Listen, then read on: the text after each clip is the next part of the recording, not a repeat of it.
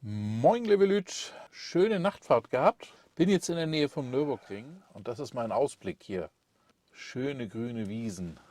Und jetzt geht's zum Campingplatz am Müllenbach. Geht euch das auch immer so? Für mich ist es so, wenn ich ins Auto einsteige, also ins Schwarze Schaf, beginnt gleichzeitig sofort der Urlaub. Ich fahre jetzt von der anderen Seite an den Campingplatz ran. Sind hier diese kleinen Eifeldörfer direkt am Ring. Eben stand da Pension Fuchsröhre. Nürburgring, 2 Kilometer. Da wo ihr jetzt das weiße Zelt seht, direkt neben den Kühen. Malerisch. Da wird es wohl die nächsten Tage etwas voller werden, vermute ich. Müllenbach, 3 Kilometer.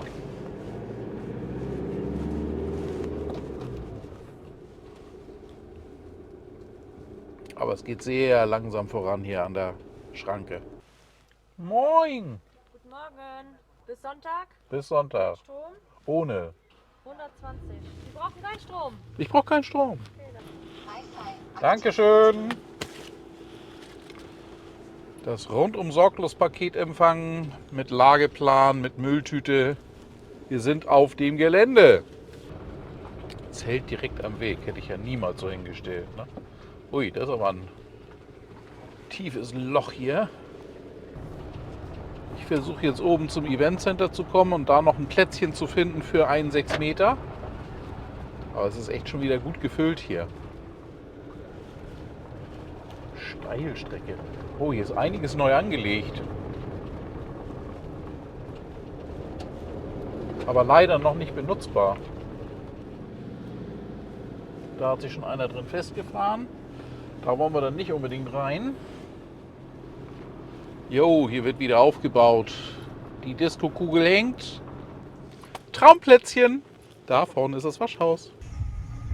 Auch hier auf dem Campingplatz geht es unterhaltsam zu. Und hier hat es größere Erdarbeiten gegeben. Ich bin jetzt extra hier nochmal runtergelaufen. Das ist der Bereich der Wiese, der vorher so eine geschlossene Fläche war, aber mit einer steilen Abfahrt versehen. Und da haben sich die Leute dann regelmäßig hier unten an den Bäumen festgefahren und konnten nur noch mit dem Trecker rausgeschleppt werden. Jetzt entstehen hier 1, 2, 3 neue Ebenen. Aber die sind natürlich dieses Jahr noch nicht nutzbar. Die sind noch nicht bepflanzt, die sind noch nicht durch. Aber ein bisschen zusätzliche Fläche oben im Bereich Event Center. Das ist also die äußere Grenze hier, wo noch gecampt werden kann. Daneben ist dann alles abgeflattert. Hinter der Kante, die ihr da seht, sind die weiteren 2 Ebenen. Ja, auch der Platz ist genutzt worden. Das ist das, was ich mir gestern rausgeguckt habe. Das wäre auch ein Stellplatz gewesen. Da habe ich nämlich mal vor 2 Jahren gestanden. Aber da hat man natürlich steiles Gefälle. Habe ich jetzt auch, aber nicht ganz so steil. Und auch für die Kleinsten sind hier Fahrzeuge. Ein Hymer Crossover 4x4. Hier hat er ja tatsächlich mal so kleine Vorteile, aber eigentlich kann man hier alles normal befahren. Und die Alfa Romeo Fans haben offensichtlich Durst auf Spezi. Und die Suche nach einem Stellplatz geht auch schon wieder los heute Morgen. Es ist Mittwoch. Hier oben dürfte alles ziemlich voll sein jetzt.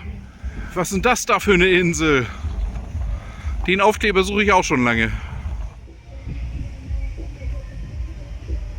Ja, Ponyhof, reale Welt. Hier ist der Übergang. Ja, ein bisschen wenig geschlafen gestern. SK Kölsch hat auch wieder die Disco aufgebaut mit Disco-Nebel und Disco-Kugel und allem drum und dran. In dieser Umgebung, wo ihr eben gerade auch schon wieder Feuerwerk gehört habt, habe ich mich dann ein bisschen angepasst und habe im Schwarzen Schaf mal wieder den Scanner installiert, temporär. Wer sich jetzt fragt, wieso sieht das Schwarze Schaf wie Kit aus? Da habt ihr ein Video verpasst, das ich so vor 5, 6, 7 Monaten ungefähr auf dem Kanal hatte. Da habe ich nämlich tatsächlich Kit besucht. Das Video kann ich euch hier nochmal verlinken. Na, hier hat man sich richtig gemütlich eingerichtet. Ach ja, danke übrigens. Über 900 Leute von euch haben sich tatsächlich mein Tauchvideo angeguckt. Es war mir vollkommen klar, dass es nicht so viele von euch interessiert. 900 finde ich das schon ganz beachtlich. Wer es dann sich auch nochmal angucken will, ich packe euch natürlich einen Link mit rein. Das waren die Highlights aus 14 Tauchgängen in der Dominikanischen Republik, mein Frühjahrsurlaub. Mein Tauchurlaub, der mal ohne das schwarze Schaf ist. Ja, und es hört nicht auf, auch mitten in der Nacht versucht man immer noch irgendwo einen Platz zu finden. Aber hier oben am Event Center sind die Chancen dann doch jetzt allmählich etwas schlecht. Da würde ich doch mal sagen, ich habe richtig Glück gehabt. Waschhaus ist 100 Meter die Richtung, ebene Erde. Ich habe aus den Keilen alles rausgeholt, was geht. Stehe jetzt hier direkt am Weg. Ist so einigermaßen gerade. Aber ihr seht es gleich auf der Libelle. Beim Braten werde ich ganz gut die Pfanne gerade halten müssen. Aber da hat auch das schwarze Schaf ein schönes Plätzchen gefunden. So, da haben wir die Libelle. Da seht ihr es, ne? Ich müsste noch ein bisschen höher kommen. Ein winziges bisschen. Das ist aber nicht viel. Ich würde mal sagen, schöner geht's nicht. Es geht wieder los, 24-Stunden-Rennen. Ich hole mir jetzt mein Ticket. Moin, moin. Das Gesicht kenne ich vom letzten Jahr. Ja, das habe ich seit letztem Jahr. Da bin ich der Mitglied geworden im DSK, Deutschen Sportfahrerkreis. Und da haben wir hier die DSK Lounge. Können auf die Strecke gucken. Das ist die Startplatz 1, das ist das Siegerfahrzeug vom letzten Jahr. Da ist er, der Frigadelli Ferrari. Start Nummer 1, Siegerfahrzeug vom vergangenen Jahr. Erster Blick auf die Boxengasse. Momentan ist die Startzielgerade eher Parkplatz für Mietfahrzeuge. Der könnte noch mal ganz interessant werden. Der kommt nämlich bei mir aus der Ecke. Nordöl. Sei mir herzlich gegrüßt. Hast ja mir ja schon in den Kommentaren geschrieben. Die sind dafür zuständig, die E-Fuels hierher zu bringen. Für die Teams, die mit E-Fuels fahren. Die werden dann auch da vorne betankt. Dann machen wir eine erste Runde durch den Ringboulevard. Es ist noch nicht alles aufgebaut. Einige Sachen sind hier noch im Werden und im Entstehen. Und deswegen auch noch abgeflattert. Karten habe ich schon mal. Oder besser gesagt, ich habe gleich das Bändchen gekriegt. Ich muss nicht mehr tauschen. Und der ist immer noch nicht gewaschen worden. Das wäre aber auch ein Verbrechen, weil den haben sie so gelassen, wie er nach der Zieleinfahrt damals reingekommen ist. Ja, hat man hier dann einfach mal ein Siegerfahrzeug 2022 stehen. Heute am Mittwoch kommt man da noch sehr gut ran. Das wird die nächsten Tage etwas enger und etwas voller werden. Im Moment ist noch nicht viel zu sehen, aber hier kommen wir ja die Tage öfter noch durch. Tribünen sind natürlich jetzt noch geschlossen. Aber dank der DSK Lounge konnte ich schon mal einen Blick auf die Strecke werfen und sogar schon den Frigadelli Ferrari sehen. Sowas wird hier einfach mal durch die Gegend getragen, einfach um da drauf Unterschriften zu sammeln. Hier oben ist noch Platz, habe ich gerade eben gehört. Ja, genau so. Alter, es ist ja der Hammer, das ist ja ein Original. Man sieht die Schweißflecken, die Griffhände und alles da drauf. Ja, richtig geil geworden. Ja. Kostet auch 400 Euro. Also, perfekt. Wer seid ihr? Ich bin Julian Peter. Also, Julian Peter. ich hab das noch nie gemacht. Ihr macht doch nichts. Alles gut, ich bin Siddharth Atesh. Aha. Ich bin Andrew. Du bist Andrew. Andrew Berry. Und ihr macht E-Sports. Ja. Ja, so, Seid ihr auch erfolgreich? Ja. also mehr oder weniger. So ein bisschen. Ich hab auch meine gerade dabei. Du hast auch dein Lenkrad dabei. Ja, das gucken wir uns doch auch nochmal an. Ne? Ich gebe dir deins erstmal schon mal wieder. Ist nicht ganz so krass wie seins, aber ja. Krass genug. Also weißt du, wenn ich das jetzt als erstes gesehen hätte, da wäre ich genauso drauf angesprungen. Ne? Okay, halt mal deins daneben. Wenn man das dann natürlich nebeneinander sieht, ist das schon nochmal ein Unterschied. Aber das Ding finde ich auch. Ne? Also Blinker? Nee, damit switche ich ein paar Sachen um Durch die Menüs. Ja, alles klar. E-Sports wird immer mehr, was das angeht. Und wir haben ja sogar ganz prominente Mitfahrer, die jetzt also gerade bei den 24 Stunden, Max Verstappen hat, während er im Rennen eigentlich sich vorbereitet hat, in Italien, in Monza war das, glaube ich, ne? In Imola.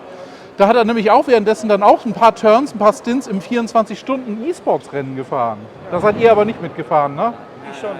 Du schon, du warst mit dabei. Ich bin gegen ihn gefahren. Du bist gegen Max Verstappen gefahren. Ich habe Fabian Vettel außenrum. Hier sehen wir den Mann, der gegen Vettel gefahren ist und gegen Verstappen. Ja. Cool. Grello hat seinen eigenen Store schon fast. Sind auch unheimlich viele. Die sind immer auffällig, man sieht sie. Es sind sehr, sehr viele Grello-Fans hier. Filmen die jetzt mal nur von hinten, da seht ihr sie alle. Und jetzt habe ich gerade auch erfahren, wofür die alle stehen. Grello gibt es gleich nochmal Autogrammstunde. Laurenz Fantor und Kevin Estre sind unter anderem auch jetzt da gleich für Unterschriften. Aber ich glaube, ich will lieber nochmal ins Fahrerlager rüber gucken. Baxi! Wenn die mal nicht im Team sind. Geiles Kennzeichen. Ja, die Beschriftung hier auf dem Truck bringt es gut auf den Punkt. Das ist so die Faszination, die viele dann haben für den Motorsport. Red Bull Ring, Portimao, Secret Pole Ricard, Nürburgring. Das sind so große Namen. Wer mit dem Motorsport sich befasst, der kennt diese Namen. Ich bin jetzt im Fahrerlager am Mittwochabend. Überall ist noch Aufbau, also bei weitem noch nicht alles hingestellt. Wir machen mal eine kleine Runde und gucken mal so ein kleines bisschen.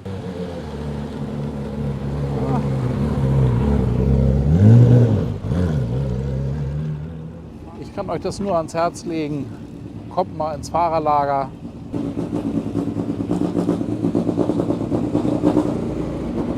Hört sich schon gut an.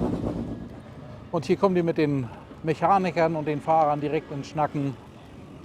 Ist für mich immer eine ganz große Empfehlung, weil dichter könnt ihr Rennsport eigentlich kaum erleben als auf solchen Veranstaltungen. Hockenheim Historics, wo ich jetzt gerade gewesen bin, ist auch sowas, wo ihr sehr dicht rankommt. Sogar auch an ehemalige Formel-1-Fahrzeuge herankommt. Kann ich euch noch mal verlinken, das Video. Das war jetzt gerade so vor 3 Wochen, dass ich da gewesen bin. Alter, sind das Walzen. Also das sind Walzen und das sind ausgestellte Kotflügel. Wenn ihr euch das mal anguckt, was das für eine Reifenbreite ist, auch vorne, maximal ausgestellt. Und da bin ich gespannt, ob ich das dieses Jahr mal schaffe, beim Start auf der Mercedes AMG-Tribüne zu sein. Wollte ich vorletztes Jahr, wollte ich letztes Jahr. Beide Male zu spät aus dem Fahrerlager rausgekommen. Da war dann da oben dicht. Da kam man da nicht mehr ran. War jetzt auch nicht schlecht. Bin ich dann unten zur Müllenbachschleife gegangen und habe dann von dort aus den Start geguckt. War auch sehr interessant. Aber ist so ein bisschen so meine Idee. Dieses Jahr AMG-Tribüne. Oh, ein schöner Capri. Das ist ein Gesicht. Manta A ist auch wieder da. Gucken wir mal beim Rave 0 Riesenrad vorbei. Dieses Jahr auch neu. Der ganze Mercedes-Bereich ist nicht mehr unten, der ist jetzt hier unterhalb des Rave 0 Rads. Findet ihr also viel leichter. Aber da haben wir schon mal die ersten Fahrzeuge. Ich habe einfach nur Platz gemacht, damit der LKW durchkommt. Der hat hier jetzt gerade eine Video-Wall gebracht, eine große. Riesenrad. Dreht sich noch nicht, ist noch nicht beleuchtet. Im Hintergrund seht ihr die Halfpipe, die Monster Energy hier gerade gebracht hat. Die ist direkt vor mir hier ins Fahrerlager reingefahren. Ja, Pitstop Contest wird auch noch aufgebaut. Ein F1 Safety Car. Und das Ganze hat hier auch eine Einbahnstraßenbeschilderung. Man soll nur so rum reinfahren und andersrum wieder rauskommen. 911, da steht es auch drauf. So, damit haben wir den Ferrari eben in der Boxengasse gesehen und jetzt habe ich Grello am Mittwoch auch schon abgeschossen. Auch da wird fleißig gewerkelt. Na, hier wird mit vollem Körpereinsatz gearbeitet. Und wir lernen, als Mechaniker muss man unter Grello passen. Das wird bei mir schwierig. Und auf das Licht müssen wir uns einstellen. Das werden wir in der Nacht sehen. Grün, Grello. Grello-Finger, aber auch wirklich auf beiden Seiten mit allen Details. Grello hat seine Fans. Ich kann es verstehen.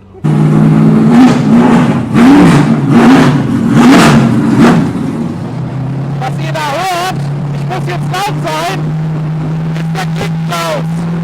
Den dürfen wir aber noch nicht sehen, ich kann ihn nur hören. Aber er hört sich echt gut an.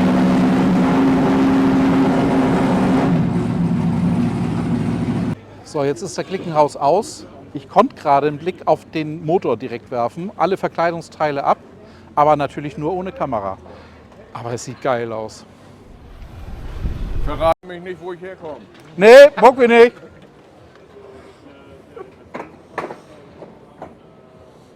Siehst du, wie er abgezogen ist? Ich kenne ihn nicht, ich habe ihn nie gesehen. Dem hast du jetzt dein Fahrrad geschenkt? Da kommt er angerauscht. Ja, also fährt gut. Der Motor ist auch schön leise, muss ich sagen. Ja, ja. Stufe 2 gelassen und da geht Ja. es schon ganz gut. Ja. Also ich habe jetzt nicht hochgeweiht, kannst du ja nicht fahren. Ja. Das Gewicht kann ich dir aber auch noch reinstellen. Ja, na, du kannst Die wäre hier, jetzt zu hart für mich. du kannst hier jetzt einfach ein bisschen Luft ablassen. Na, dann wäre das Ding etwas weicher in der Federung. Na? Ich war jetzt auf 2, was hast du gesagt, wie viel hat er? Bis 5 geht er. Na? Ja, heftig. Ja. Er wird dann trotzdem nicht schneller. Ne? Er muss klar, ja er soll Pedelec-konform sein, 25 km/h regelt er ab. Ne? aber mehr, ne? Aber wenn du antrittst, auch im 9. Gang, na, dann sagt er, okay, jetzt gebe ich aber auch Gummi da drauf. Ne? Dann musst du entsprechend weniger arbeiten. Auch wenn du solche Sachen hier, das habe ich nicht nachgerüstet. Das ist ab Werk dabei. Die Kette, die habe ich von meinem alten Rad abgenommen, weil die passt witzigerweise. Obwohl das AXA ist und das hier Abus, ist anscheinend dasselbe System. Na, die Kette passt, die konnte ich übernehmen. Eindruck, muss ich auch sagen. Ja. Licht ist hier direkt. Ist da einmal direkt drin.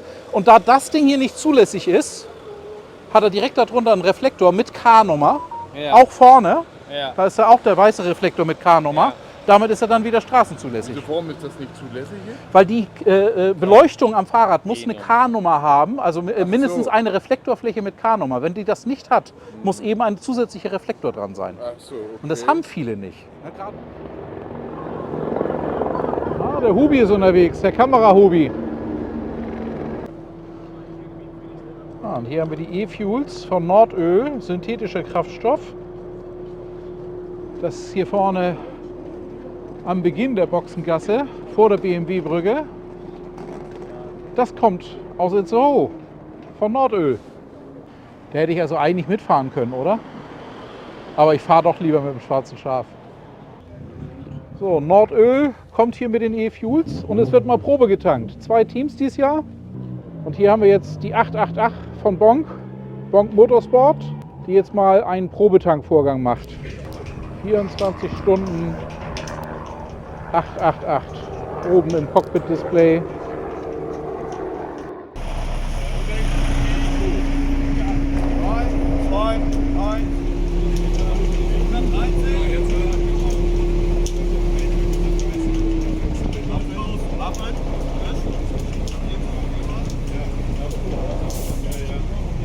Er muss zum Schluss vielleicht noch einmal ein bisschen selber runterregeln. Ja, ja, klar. Da kriegt er hin, aber er kriegt ja den Viecher angesagt, wie viel er mindestens tanken muss.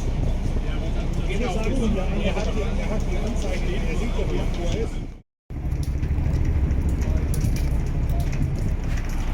Das ist die Füllmenge fürs Probetanken gewesen, 115 Liter. Was hat er eben gesagt, 119 oder was hat er maximales Fassungsvermögen? Irgendwo so in der Größenordnung, also war er fast trocken. War nicht mehr doll, ne? Ja, hätte nicht mehr gereicht für einmal um die Grand Prix-Strecke. Er ist fertig geworden. Albrecht Motorsports Team White Angel. Das muss man da erstmal reinkriegen. Und er heißt nicht umsonst die wilde 13. So, und hier haben wir die Tombola. Auch die ist zugunsten des guten Zwecks, weil Team White Angel fährt nämlich für Fly and Help. Damit werden Schulen gebaut. Aktuell, glaube ich, haben die gerade eine Schule in Namibia eröffnet. Und damit ihr auch glaubt, dass hier wirklich gute Preise verlost werden, ohne euer Gesicht zu zeigen, guckt, zeigt mal, was ihr gerade eben gewonnen habt hier bei der Tombola. Einmal Scheibenreiniger und Taschenlampe. Fehlt noch. Aber du hast hier den Vogel abgeschossen. Einmal den Vesuv. Einer fehlt noch. Kriegst du jetzt auch noch einen Vesuv oder was? Ich krieg noch. Und eine Taschenlampe. Jawohl! Alter Falter. Das war mein Los, ne? Ja. Du wolltest eine Taschenlampe haben. Und für einen guten Zweck kaufe ich auch mal Lose. Okay, 1 oder 2? Wie viel? 5 Euro pro? Genau. Dann nehme ich gerne 2. Super, vielen lieben Dank. So. 1 nehme ich und 1 machen Sie die Glücksfee. Dann nehme ich grün wie die Hoffnung. Grün wie die Hoffnung. Rot wie die Liebe, grün wie die Hoffnung. Und jedes Los gewinnt. Auf beiden ist eine Nummer drauf. Und jetzt bin ich gespannt. Ich auch, vor allen Dingen auf das Grüne. Auf das Grüne bin ich auch gespannt. Das müssen wir jetzt gleich dann auch auflösen, ne? Was die Glücksfee mir denn für Glück gebracht hat. Eine Kaffeetasse, das ist ja schon mal was. Das war das grün? Ja. Das war grün. Müssen wir gleich raufgucken. Wunderschöne Kaffeetasse. Und wunderschöner Einkaufswagen-Chip Dankeschön. Sehr gerne, wir haben es zu danken. Ist ja für einen guten Zweck. Es ist ja alles für einen guten Zweck. Fly and help. Und da haben wir dann auch die Box dazu. Und jetzt suche ich mir hier nochmal den Dacia raus. Der soll hier gleich vorne an irgendwo stehen. Frigadelli Racing Team. Philipp Belosa, Daniel Kajewitz, Luca Ludwig und Nicolas Varone dieses Jahr. Können wir mal in die Box reinlinsen. Den kennen wir von eben noch vom Probetanken. Die 888. Da vorne ist der Frigadelli Ferrari mit der 1. Gefunden. Ollis Garage Racing 318. Oliver Kriese, Michael Lachmeier, Yannick Lachmeier und Maximilian Weißermel. Und da steht er. Ihr habt ja bis zur letzten Minute noch dran geschraubt, ne? Hat auch gerade eine Runde gemacht, ist schön nass. Der Fisch ist wirklich, der ist die Krönung. Fische sind Freunde, kein Futter.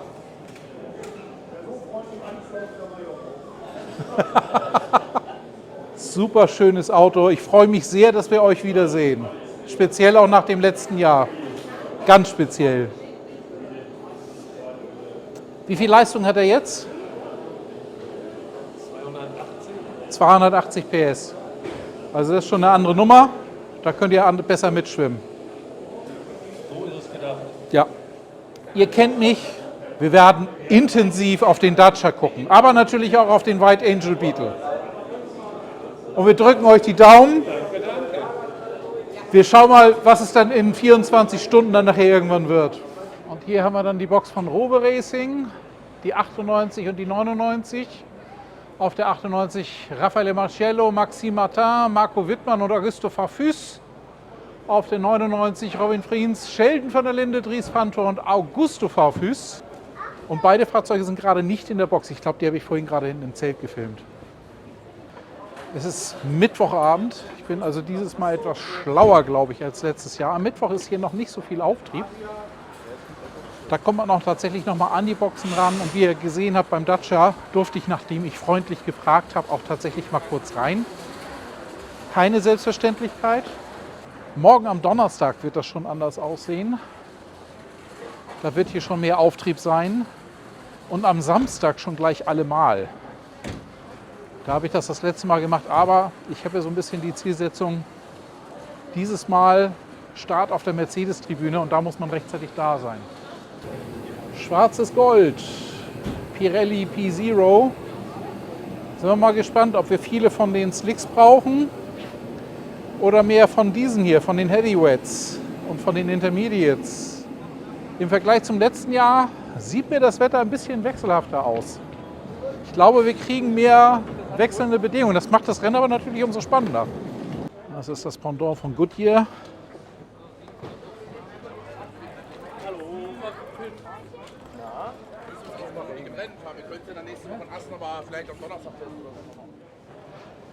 Grello. Warte mal, das ist ein schönes Thumbnail. Das muss ich noch mal schön zusammenbasteln. Einmal Grello. Danke. Wie versprochen, in der Box standen sie nicht, aber hier stehen sie. Einmal die beiden Rowe BMWs. Und während wir hier nochmal auf Kelvin van der Lindes Dienstfahrzeug, den Lamborghini Huracan, gucken, wie er hier nochmal aus der Box rausgerollt wird. Ich glaube, er soll zur technischen Abnahme gebracht werden. Können Sie nochmal sehen, wie das pneumatisch mit Druckluft dann auch hochgebockt wird, das Fahrzeug, und auf Rollenbretter gestellt wird. Inzwischen ist Donnerstagmorgen. Der Donnerstag ist sehr grau gewesen. Ich habe jetzt die Zeit genutzt und habe dieses Video dann doch schon für euch fertig geschnitten. So habt ihr einen ersten Eindruck, wie meine Anreise war, wie bis jetzt hier sozusagen meine 24-Stunden-Woche dann verlaufen ist. Ich bin ganz zufrieden, macht Spaß, ist wieder genauso schön wie letztes Jahr. Wetter wird ein bisschen durchwachsener, vermute ich mal. Ich hoffe heute, dafür habe ich auch das große Fahrrad mitgebracht, mit dem guten Motor, weil Adenauer Forst, der Anstieg, der ist schon kräftig. Da kann ich die Motorunterstützung gut gebrauchen. Bin mal gespannt, ob der Motor das schafft. Denn heute am Donnerstag ist das Abendtraining. Da geht es also bis in die Nacht hinein. Das erste Mal so ein bisschen Nachtfeeling à la 24 Stunden. Ich hoffe, das klappt, dass ich da heute Abend mit dem Fahrrad rüberfahren kann. Und ich hoffe, dass das Wetter sich so einigermaßen hält, weil im strömenden Regen macht das natürlich nicht viel Spaß. Ihr werdet es im nächsten Video sehen, ob das geklappt hat. Wenn euch dieses Video gefallen hat, lasst mir ein Like da, lasst mir ein Abo da. Wer nicht abonnieren will, ist nicht so schlimm. Aber ihr verpasst keins meiner Videos mehr und ich freue mich über jedes eurer Abos. Bis zum nächsten Mal, euer Michael.